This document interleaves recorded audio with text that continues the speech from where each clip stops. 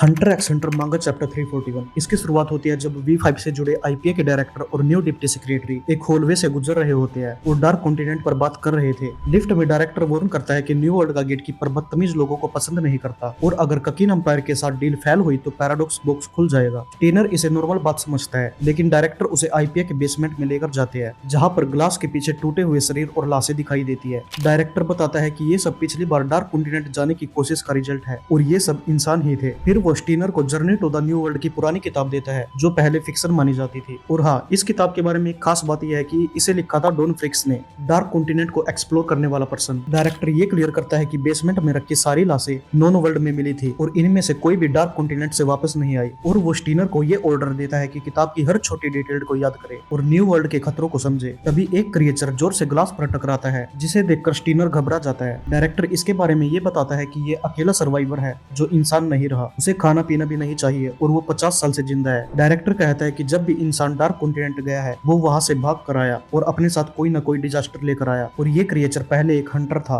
जो dark continent के virus की वजह से मर नहीं सकता। इसके बाद स्टीनर घर लौटकर किताब पढ़ना शुरू करता है। दूसरी तरफ हमारे जोडियक सेकंड डीवीडी देख रहे होते हैं जिसमें फॉर्मर चेयरमैन इजाक नतारो बताता है कि उसका बेटा बियॉन्ड नतारो पहले ही डार्क कॉन्टिनेंट जा चुका है और नए खतरे वापस लेकर आया था। इसी वजह से नेटरो ने ये रूल बनाया कि जब तक वो जिंदा है बियॉन्ड या फिर हंटर एसोसिएशन डार्क कॉन्टिनेंट नहीं जाएगी। नतारो वीडियो में ये भी कहता है कि वो हंटर एसोसिएशन उसके बेटे से पहले डार्क कॉन्टिनेंट को एक्सप्लोर करे, जिसे चिडेल एक्सेप्ट करती है लेकिन कंडीशन रखती है कि कोई और हंटर शामिल नहीं होगा। सायु और कांजाई इसका विरोध करते हैं क्योंकि उनके हिसाब से बियॉन्ड की वजह से रेस अनफेयर हो जाएगी। तो मीटिंग में जिंग फ्रिक्स का नाम आता है और सब मानते हैं कि डार्क कॉन्टिनेंट जाने का असली जुनून सिर्फ जिंग के पास है। जेल कहती है कि अगर जिंग मदद करे तो रेस फेयर होगी वरना ककीन एम्पायर बहुत आगे निकल जाएगा। तभी बीन्स के पास बियॉन्ड नतारो का कॉल आता है और बियॉन्ड खुद जोडियक्स के सामने आकर कहता है कि वो V5 को कॉल करे, हमने बियॉन्ड नतारो को कैप्चर कर लिया है। चैप्टर की एंड में स्टीनर किताब पढ़ते वक्त डार्क कॉन्टिनेंट से आई 5 थ्रेड्स के बारे में पढ़ रहा होता है जिसे पढ़कर वो बहुत ज्यादा डर जाता है और चैप्टर 341 यहीं पे खत्म होता है।